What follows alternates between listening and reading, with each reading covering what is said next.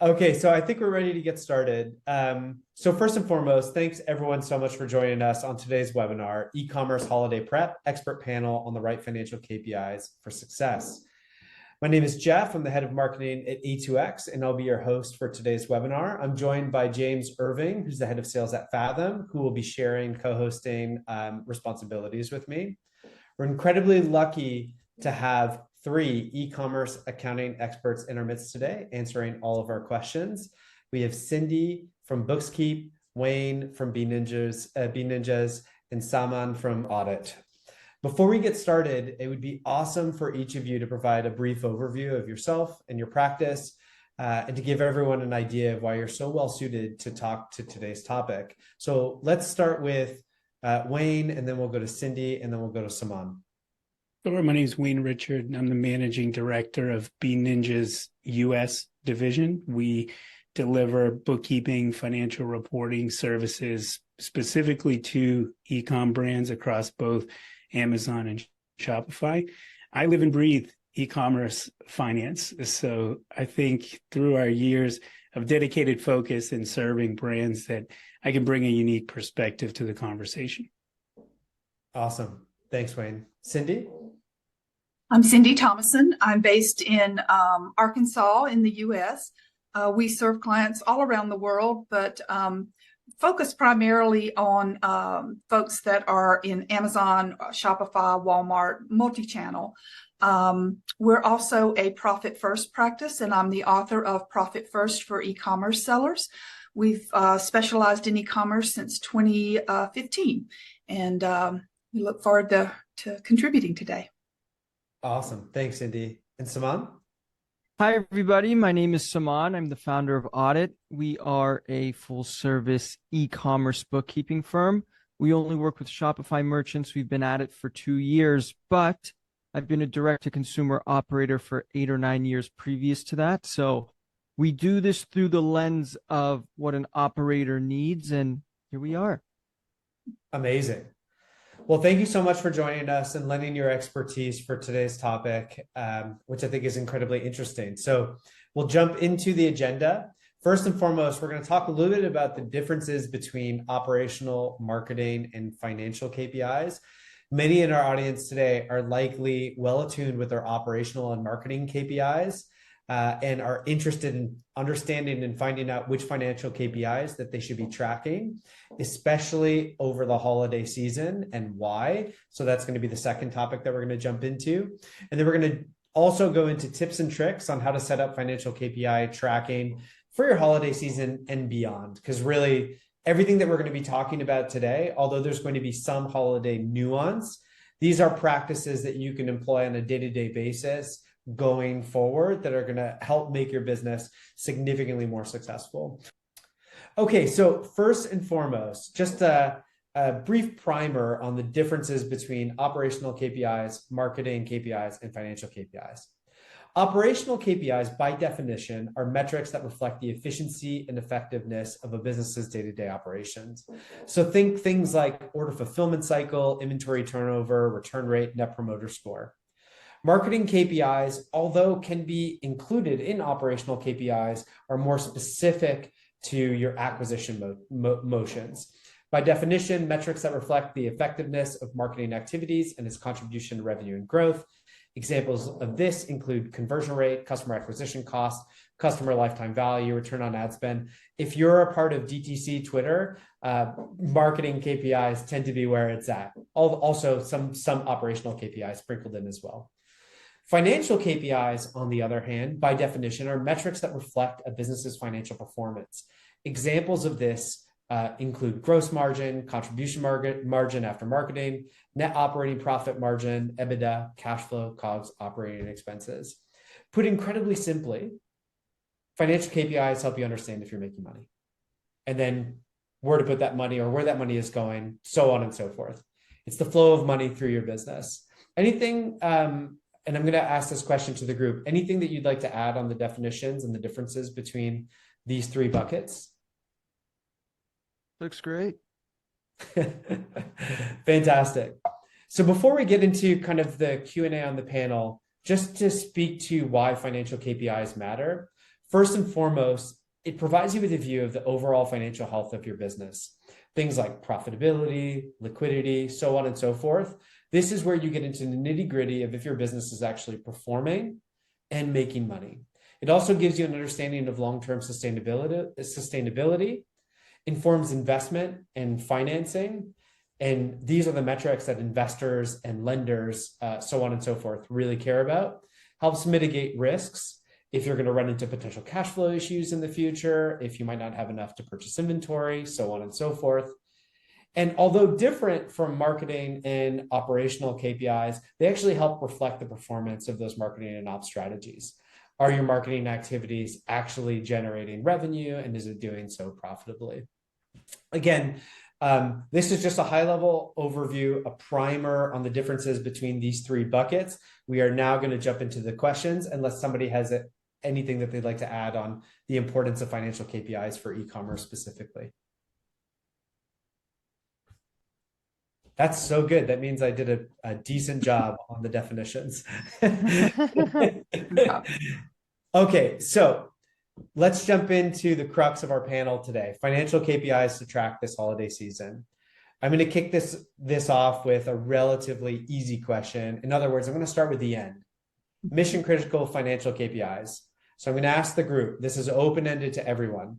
What financial KPIs should every e-commerce business be tracking this holiday season? There are so many, so I'm going to limit it to 3. Like if you can give me your top 3, these are the top 3 KPIs that every business needs to have and be tracking. Wayne, you want to start this one off?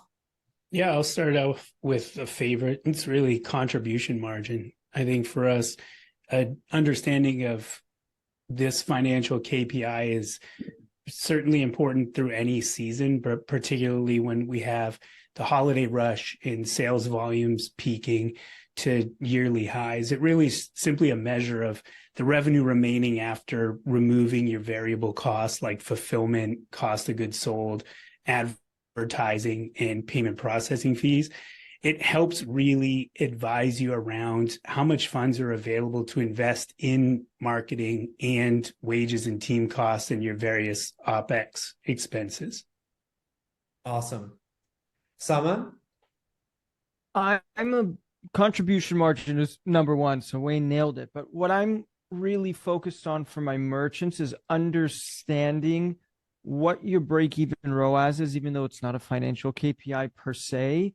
I want to understand what the ad set budget is prior to what you have going on during Black Friday and Cyber Monday. As an operator, I really also want to understand how discounts that I'm pre-setting are going to affect my gross margin. I think with these things, I want to add inventory assets in there too, but with all of these things, you could curate an understanding of what you're going to do, where you're going to go, and what your contribution margin will be towards the end. Fantastic. And Cyndi, bring us home. Well, I love both of those answers. And I think one of the things that that can take both of those answers just a little deeper is to look at it by product. I think people tend to look at their numbers and generalize a percentage for their overall business, but they need to dive deeper and look at by SKU or pick the top 20% or the bottom 20% and really focus on what's going on at the product level. Because if you're pushing dollars to ads to promote something that's not profitable at a gross margin level, then you're just sending money out the door for no benefit.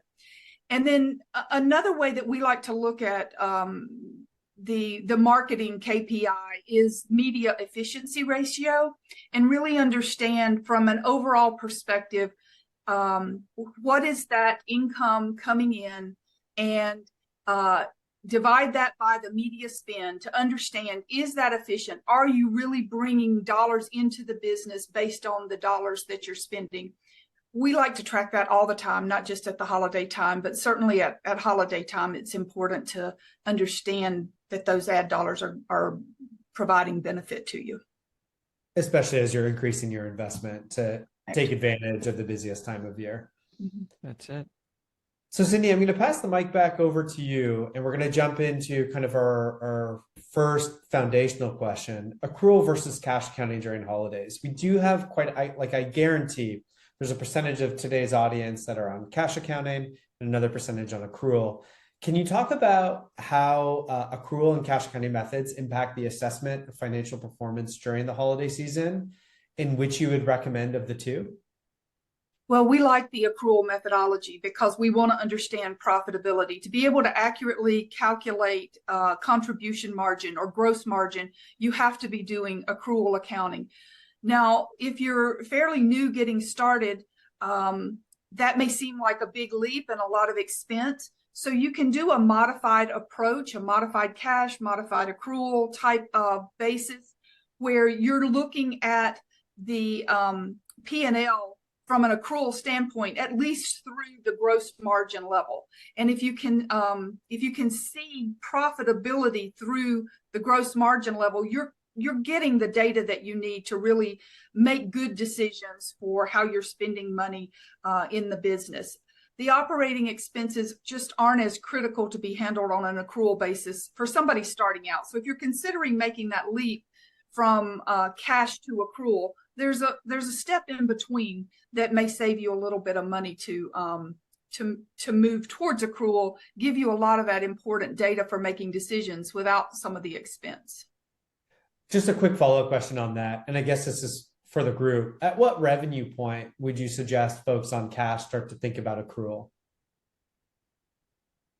Well, that question lives rent-free in my head all day long. I think about it constantly.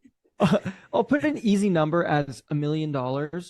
By that point, you're purchasing significant inventory assets, which I think needs to be jotted down on the balance sheet rather than COGS in your expenses.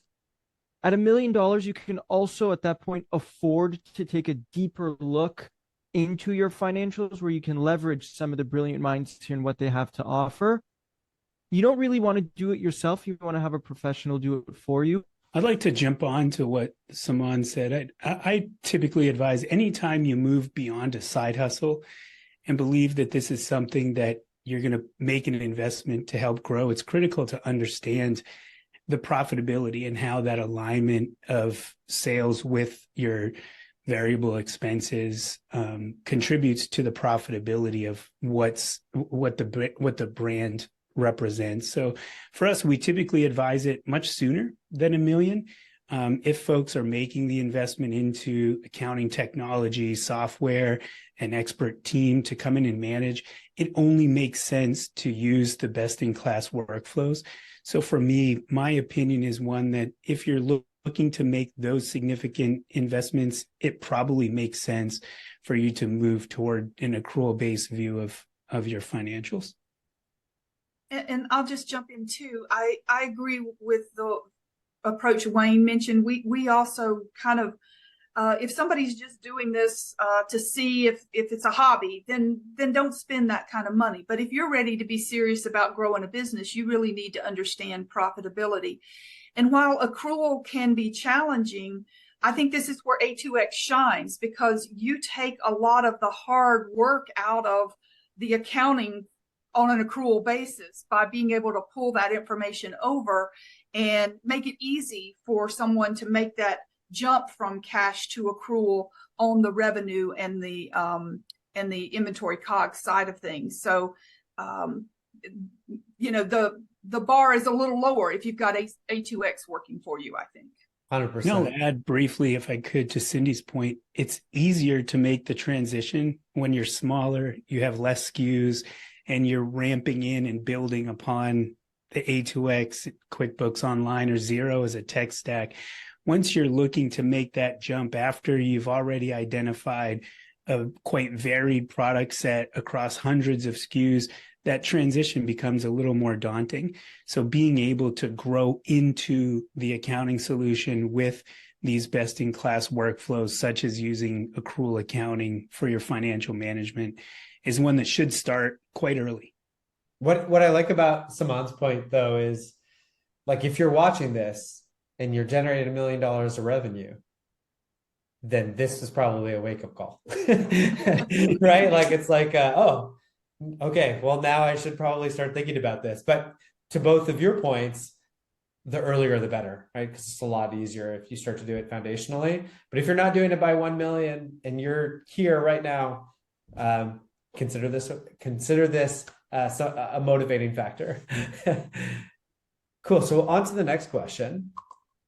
Yeah, I'll jump in on this one. So around promotions specifically, and how break even can tie into that. So obviously promotions are super common for the holiday season. How do sellers typically go about promotion pricing, and what do you guys recommend for that?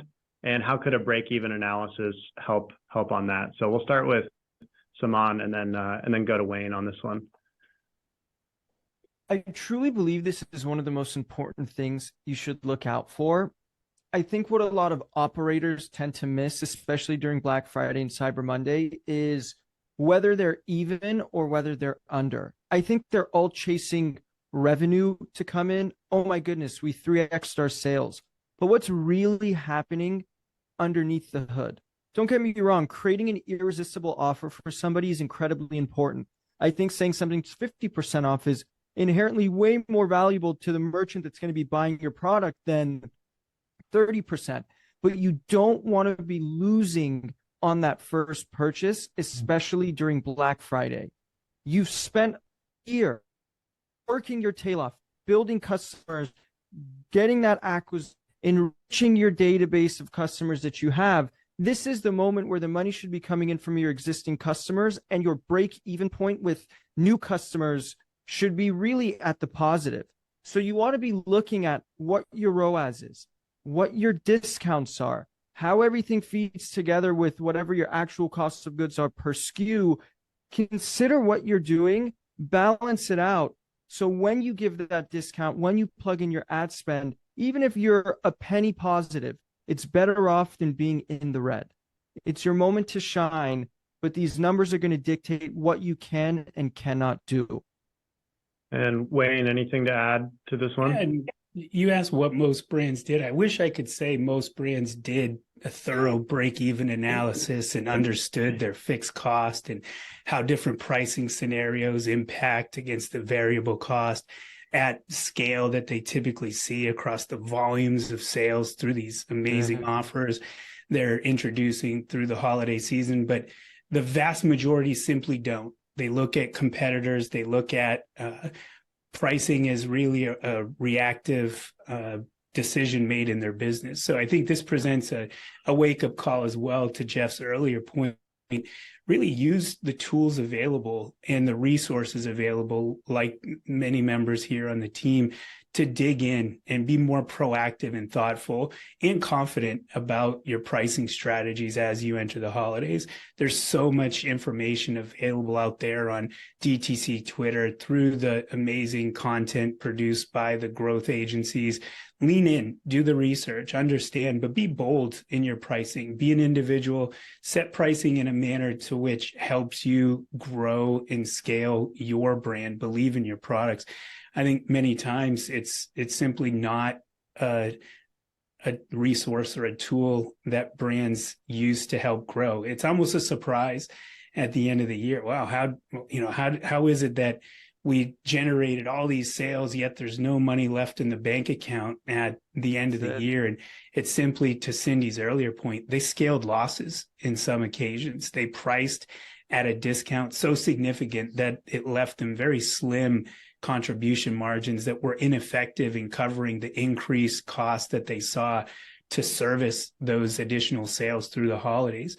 So it's important that brands not only understand that you likely will have an increase in those variable costs. There's more involved in packaging, more higher shipping rates at the holiday season, but also your fixed costs may rise as well. You may have temp staff that's brought in to help deal with the additional volumes for fulfillment that may be within the business. So you really need to do a proactive dive into your financials and start building out that plan so that, particular to James' question around pricing, you can price effectively, knowing at what unit sales volume you will break even, and beyond that, when you'll be generating margins and additional profit.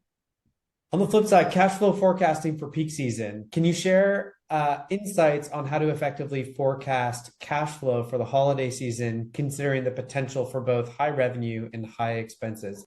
Well, I think kind of piggybacking on what Wayne was saying, the time to think about all of this is in the planning stages, well before you're in the throes of trying to just get through the very busy holiday season. So, and to me, that's where working with your accounting professional can really can help you think about what you want that holiday season, your busy season, what you want from it. And we love the tool Fathom for doing that forecasting activity. You can do stuff with spreadsheets, but what I really love is to be able to go into Fathom, develop a micro forecast to say, okay, what if we grow 10% with this particular product? Or what if our costs go up, or whatever the scenario might be? You can go in with micro forecast, do a look forward, project it going forward, and it gives you the impact not only to your P&L, but to your bank account. And to be able to look at, this is the impact to my bank account. Am I really getting the results that that I think is going to come from adding X more advertising dollars? Or am I forecasting growth on a product that's just not got the margin there?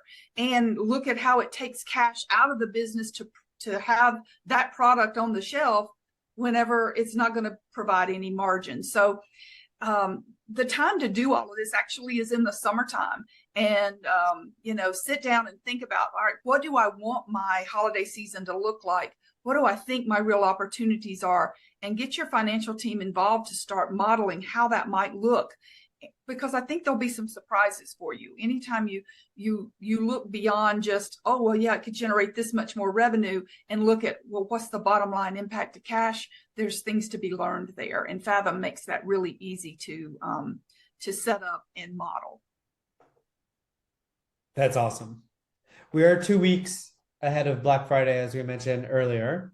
So you can do this as well, but do it. No, I'm kidding. Get on it right now, all-nighter. Perfect. So let's talk a little bit about tax implications of holiday sales. What are some key tax considerations for e-commerce businesses during the holiday season, especially concerning revenue recognition and deductions? I'm assuming it's relatively similar to what you're seeing throughout the year, but at scale in this area. Anyone want to jump in on this question? I think that the tax implications are pretty consistent throughout the year. Like, I wouldn't look at it from a standpoint of what's going on in Q4. The only things that I would consider are there any purchases that you can make that not necessarily live on your balance sheet, but that you can expense, that you would probably need in the next year to bring your net profitability down if you want a lower tax obligation. So are there things that you could purchase at the end of the year to bring it down so you can leverage them at the tip of the new year? Those are the purchases that I would consider if we're in a profitable state. But if your goal is to maximize your EBIT as much as you can, let's say you're looking for an acquisition, for a new round of funding, there's many variables to consider. But if you're looking to maximize profitability, I wouldn't necessarily do anything. If you're looking to bring down your tax obligation, I would look at meaningful purchases that you can use for the next year. Nice. That, and maybe sales tax. And if you're hitting economic nexus, that's something to really look into, because your sales will spike. You may be eligible in other parts of the country. Outside of that, I look at it from the same lens as I always do. If I could just add on to what Saman said about the purchases at year end, one additional consideration I would make is, what is going to be the cash impact to making those purchases? If you're not in a cash strapped situation, or not expecting to be in a cash strapped situation, then that could work.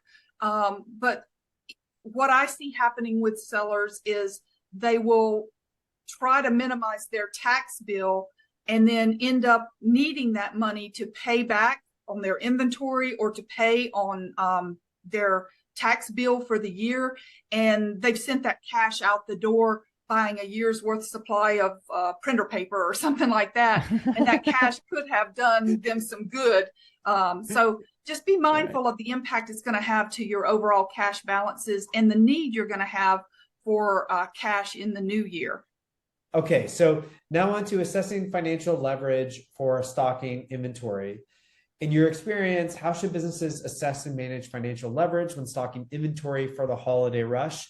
And I think on this one, we had Saman and I think Wayne and Cyndi. So we'll go in that order for this one. Beautiful. The first thing that I would leverage is your supplier and what you could do with net terms before you're even leveraging money or getting loans or anything of that nature. If you've been purchasing from your supplier and you have a relationship with them, if there's ever a time to ask for a favor, to extend your terms, it's now. So try to stay away from debt as much as you can. Understand how much cash is coming in, what the terms are going to look like, and try to build around that. I'm always pro, if you don't need to take money from a bank, don't do it. There's no reason to do it, especially when debt is expensive. If you can extend things with your credit cards, with your suppliers, or whatever you can do internally, do that. I would even flag to say the same thing from your carriers or from the avenues that you're spending media dollars with. If you could get a net 30 with Facebook, do that. If you could get a net 30 with your carriers like USPS, FedEx, whatever, do that. The second layer to this is understanding what you're purchasing from an inventory perspective directly related to SKUs. This is a time where people like to get fancy with, oh, all of these things that didn't sell, let's load them up. People are going to buy them during Black Friday. I know this is subjective, but I think that's the wrong approach. If you're an operator and you know that you have 3 SKUs that are generating 80% of your sales, double and triple up on that. Make that make sense because that's your core competency. That way, even if you don't hit the sales projections that you were supposed to, that product is going to sell throughout the year regardless. So you're mitigating risk in that sense there from any type of spoiled inventory. And lastly, what I would want to consider is leverage based on your ad spend. And I know I've come to this over and over again, but if you know that you're increasing your spend by X amount, which will result in Y amount of additional orders, purchase the inventory that you need to meet those goals. You would much rather be a little bit oversold because you did so well than to have all of this inventory then you don't know what to do with. So in my experience, what I think is best is purchase by what you think you're going to sell based on ad spend and try every avenue of extending terms prior to bringing on debt. Just be smart with it is what I would say. Do a little bit of forensic work. You'll be in a really good place. Wayne, anything you wanted to jump on and add on here? Yeah, I love those points, Saman, particularly around work with your suppliers as much as you can. But quite frankly, we ask the question in our experience, how do businesses assess and manage financial leverage? Many go about it quite wrong. The name of the game simply is you need to have product available to sell to be successful. So often folks get in the position where they're forced to use different financing options. So the piece of advice and the takeaway really is understand the terms of these lines of credit, of these short-term loan solutions, of the actual effective interest that is to be paid based on your borrowing. Borrowing can be a very compelling strategy for folks when they're cash strapped, but have a unique product that is selling. But there's many tools available, some even from the lenders, that really help you understand the true amount of interest that will be paid on the amounts borrowed.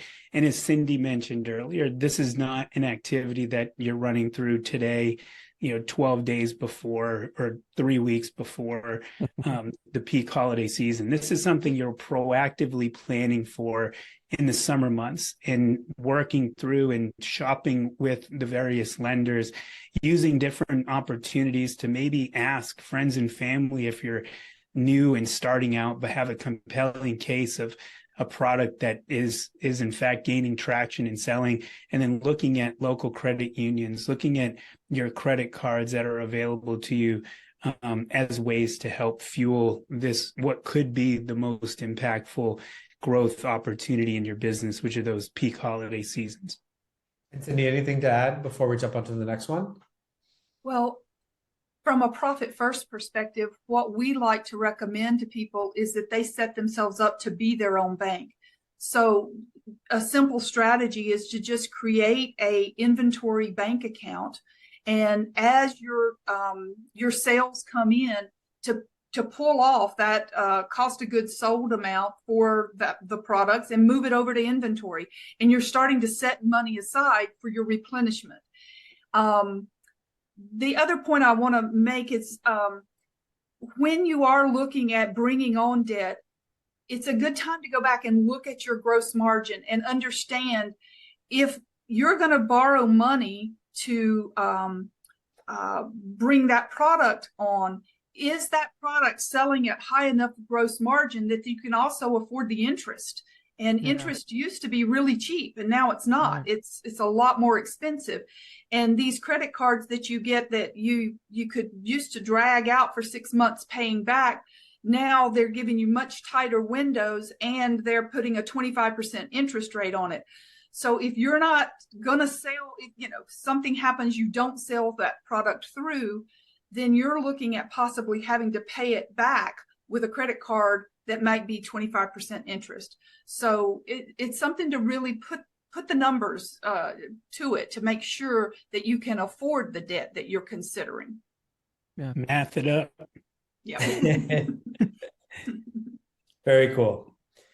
Okay, so post-holiday financial reconciliation. So we talked a little bit about, and unfortunately, obviously, we're no longer in the summer, but let's talk about what people can do following the holiday season. Post-holiday financial reconciliation. Wayne, I'm going to start with you. What processes and practices do you advise for efficient financial reconciliation after the holiday season, especially in terms of sales, returns, and supplier settlements?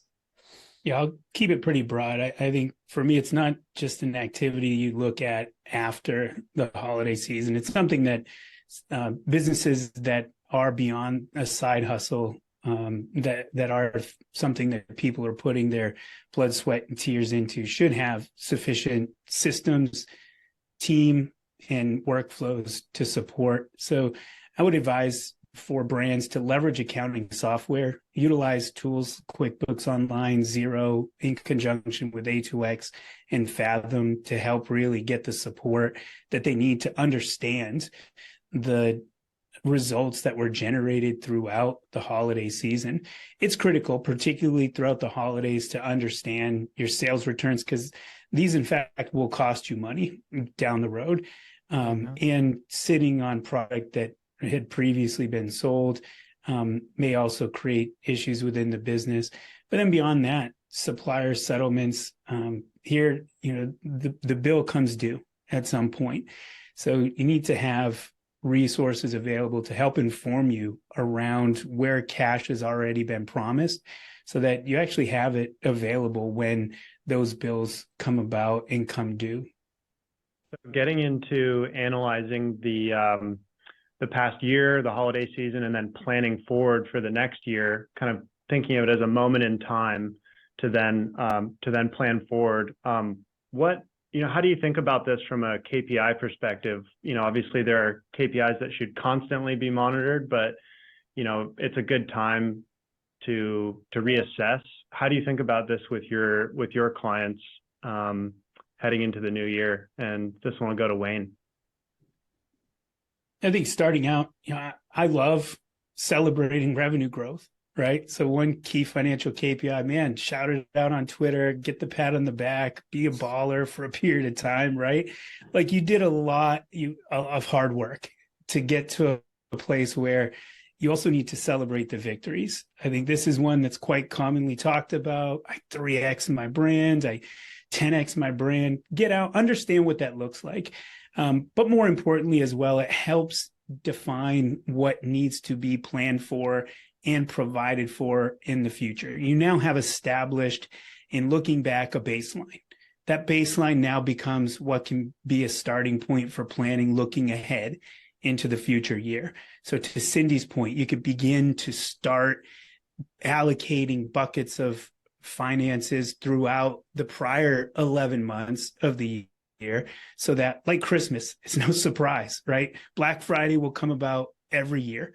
So begin to use that period of time throughout the 11 months before next Black Friday to inform you about the necessary variable cost, the new position that you're working within in terms of unit volumes around how much inventory should be available.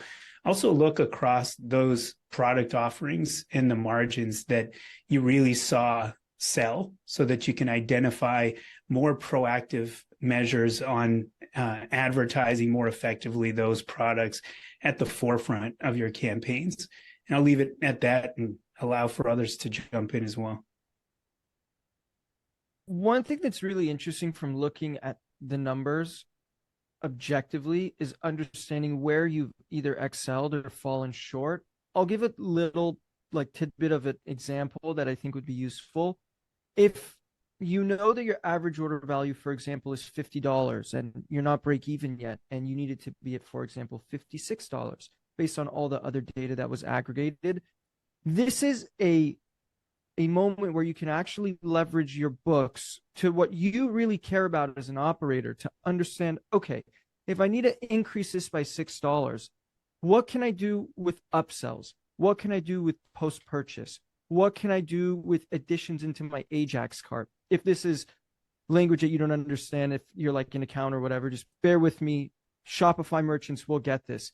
You can leverage the data that you're seeing from your bookkeepers and accounting professionals to make real life decisions that will impact your top line and your bottom line. Everything easy is 20/20 hindsight, but it's a matter of looking through the numbers, listening to what could be improved, and then applying that in the real world. And if you don't have the opportunity to look at the numbers and really understand what they're saying, you'll never have the opportunity to make the adjustments that you need to. I always say it's not just numbers on a P&L and a balance sheet. It's telling you a story. It's a novel. You just need to know how to learn it and read it.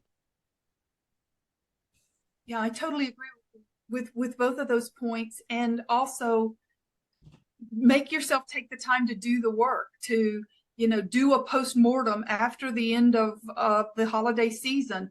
Look at those numbers, and then use the tools that you have available to look forward. Looking at history is really helpful, but let that inform what you want to have happen in the new year. Look at what sold well, but also look at what didn't sell, and look at what it cost you to continue to carry that. If you've got a lot of SKUs, then break it down. Look at the top 10% and the bottom 10% of your revenue generators, because those things are impacting your cash. And so you want to pay attention to both what worked well, but what didn't work so well, looking backwards, but then turn that around and say, all right, let's look at what that could mean if I paid attention to this going out into the future. And that's where a tool like Fathom really helps you to envision that future and put numbers around what could be. I love that point, Cyndi. I think what's important in the takeaway is these reports and the Fathom dashboards are simply a scorecard of the efficiencies or inefficiencies in your business. But beyond that, you can decide if you like that story or not, and either retell the story again next year or make operational changes in your business that help tell the story you want to tell next year. That was really well said. You're on the money, 100%. Awesome. So now switching gears a little bit more into the tactical tips and tricks on how to set up financial KPI tracking. Perfect. So James, you want to jump into the first question? Yeah, definitely.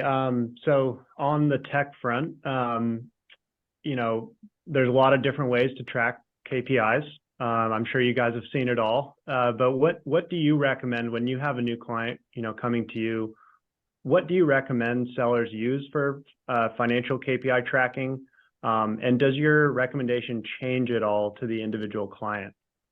And this one will go to Cyndi and Saman. So let's start with Cyndi. Ours doesn't change. We use Fathom for KPI tracking throughout the year, and one of the reasons we like it is that we can track exactly what's important for each client and customize it, but it also allows us to look forward, and that forecasting piece being married to the historical performance to us is just makes our job so much smoother. We can spend time actually thinking about what would work for the business and what the strategies are, as opposed to spending our time creating spreadsheets and manual ways to get there. So that's our tool. We love it for those reasons. Can I just jump in here? Because one of the things with Fathom that I find is interesting, and Cyndi, I'd love for you to elaborate on, is this idea of your reporting tool is only as good as the data that is being fed into it. So garbage data in, garbage reporting out. QuickBooks, core component, or Xero, or any accounting software. Do you mind talking about kind of the importance of having high quality data so that you can actually leverage the value of third-party tooling like Fathom? Yeah, and honestly, that's where A2X comes in. So it's the I didn't mean it as a plug. No, but when you were talking, I'm like, yeah, that's why we use A2X. So you cleaned it up well for me.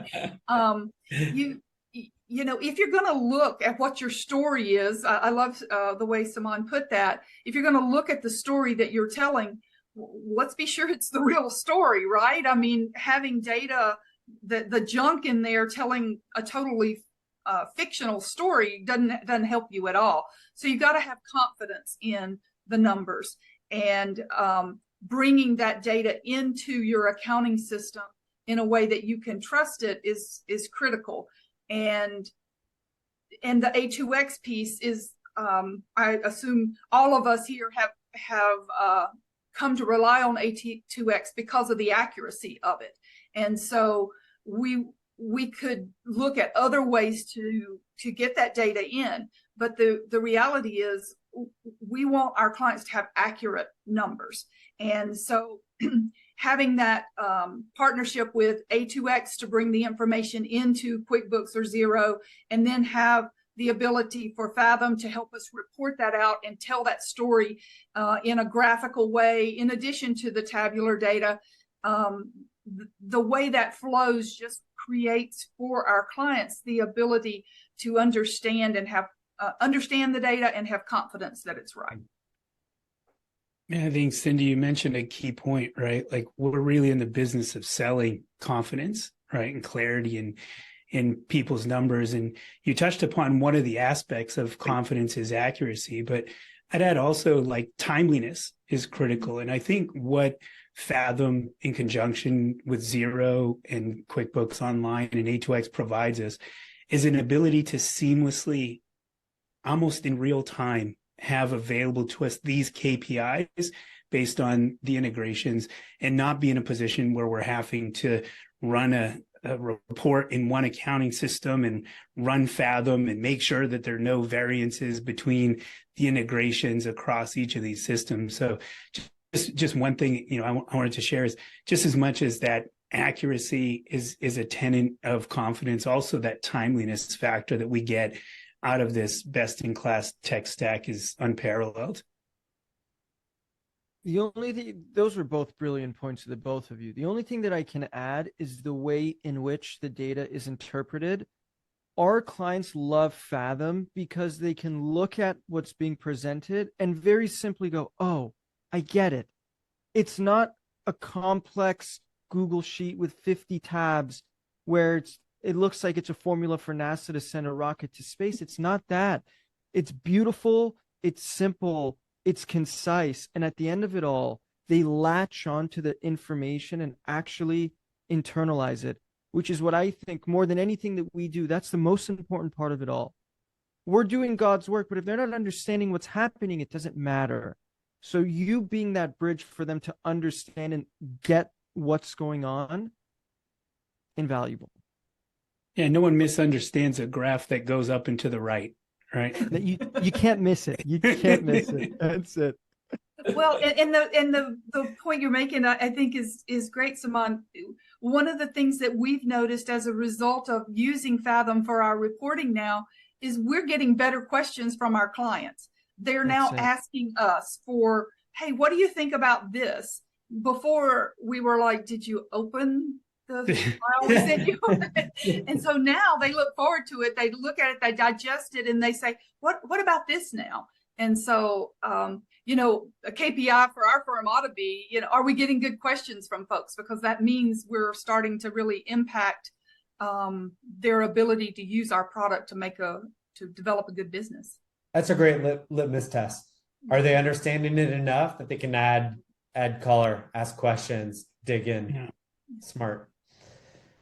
Cool. Speaking of questions, on the people side, who should be responsible for financial KPI tracking and reporting within the business and potentially outside of it? And also, last one, really important. What's the right cadence? Wayne talked about timeliness. So let's actually potentially try to put a number on that. So open-ended. Again, this is one of those thoughts that lives rent-free in my head. I think at first, it should be our responsibility as their accounts and bookkeepers to get those reports over to them. But then you said, what about the person in-house? Having the luxury of a controller or CFO would be fantastic. That's not readily available to everybody. And then again, we go back to the question, at what revenue level should you be on accrual? I think about the same thing. At what revenue level should you bring in a controller or somebody of that nature? The answer really is, as you guys have seen, it depends. But if you don't have a controller in-house and you're not that big of a company, and by that big, I mean $5, $10, $15 million a year, it should be up to us. If we're going to be the ones to deliver accuracy and deliver them in a timely manner, to Wayne's point, they already trust us. They know that we can speak to them the way that they need to be heard and listened to. We should be the ones giving them the reports. What cadence? I think once a month is great. If you're looking at really tight scenarios with cash flow, maybe make that cadence once a week or bi-monthly. But generally speaking, when we deliver your income statement and balance sheet, you'll have a report that you could look forward to as well. But again, circumstantial. Anything to add, Wayne or Cyndi? I'll just add that, you know, most e-commerce businesses, especially as they start out really lean. And so they don't have a big staff to turn to and say, calculate my KPIs for me. So, and many of them come into e-commerce businesses from some other industry, so they don't automatically know these are the important things to be paying attention to. So that's where e-commerce accountants can really help you focus on the important stuff, because we're doing it for a lot of clients, and we understand what we see happening in one client scenario might be helpful to another client. So rely on the people who have this area of expertise, so that you've got a million other things to do. We all understand that. And awesome. I'll just add, at the end of the day, who's responsible? It's the founder of the business. Whether or not they individually, if they're small and scrappy and bootstrapping, do it themselves, or they're responsible in the sense that they know that's not a core skill set that they themselves have, or they lack the time in order to do it, so that they then leverage a team that can help pull those resources together for them. So it's ultimate accountability at that place. I think if you're someone that you're making that investment in scaling and building your business, you're ultimately responsible for the financial management and the tracking. You can leverage a team to do that. And we advise at some point in time, as a founder, you will understand what strengths you uniquely bring to the business that you can use to accelerate the growth of that business. Yeah. And there's specialists like those on the call that can then sit in that role of outsourced CFO, outsourced controller, bookkeeper, to help provide you those key insights and work through these various tools that we mentioned to get you the detail you need to make those informed decisions. Because ultimately, it's not us making the decisions on how the business will move forward. It's you as the founder. So I would take the stance that as the founder, you're ultimately responsible for the financial KPI tracking and reporting, but leverage the right team and the best team you can put on the field to get it done. I love that. On Friday, we did a webinar about investor-ready financials. And one of the questions was like, who is this for? And the answer was first and foremost, the founder. Like, you are the most important investor. Like, the financials are for you above all else. And it speaks to exactly what you were saying, Wayne. Like, the founder needs to be involved, needs to care deeply, either get involved or understand that it's not their competency and bring in an expert like Bookskeep or Ottit or Bean Ninjas, so on and so forth. So yeah, love that. So we're really getting close to the finish line. 2 last questions to bring us home. So first and foremost, multi-channel. Does any of your advice change depending on if an e-commerce business is single or multi-channel, retail, wholesale, or strictly online? Not generally, it doesn't. But I do think the thing to pay attention to is, are the various channels truly providing value to your business? So many people think that, okay, well, I did great on Amazon. Let me add Walmart. Let me add whatever.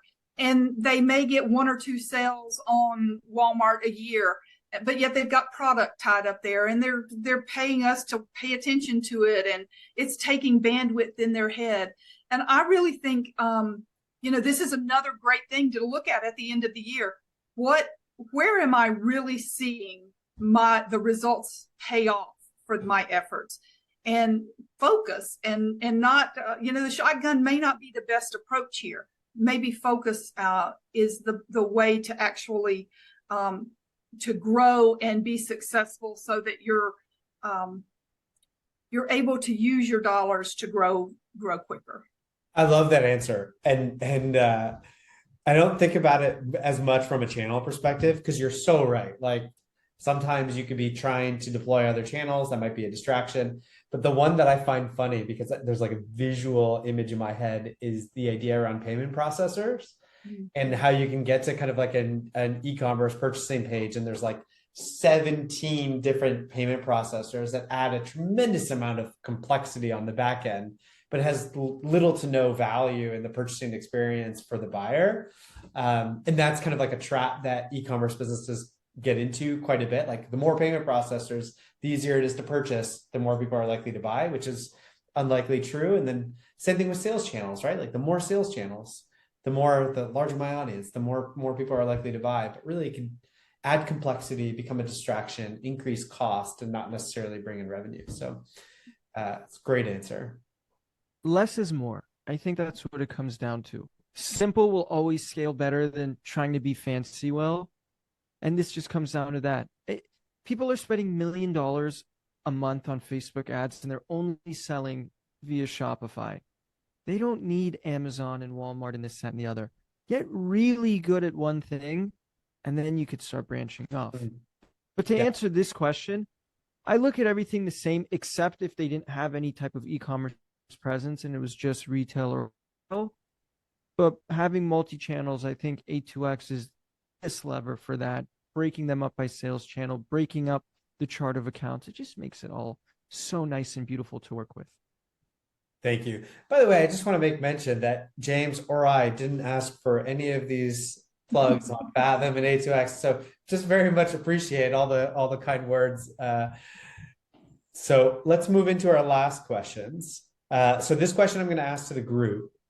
Common mistakes. What mistakes do you commonly see sellers or their non-e-commerce accounting partners make when setting up financial KPIs? I think KPIs have become a hot topic, certainly, and something like traction or something that becomes super in vogue or some Twitter celebrity says you need KPIs, and people try to do too much too soon. So they'll then throw out every KPI imaginable and want to manage and measure their business based on too many factors. So I think really a common mistake is just going too broad and not really putting that thought into what metrics meaningfully help me understand what levers I have available to pull within my business and control to enact the change I want to see in my business. So, and they can be fluid. If you understand that you're operationally inefficient in your management and ordering of inventory, focus on a metric that helps you understand what the baseline looks like for that particular area, and then what change looks like across the differing decisions you can make in your business.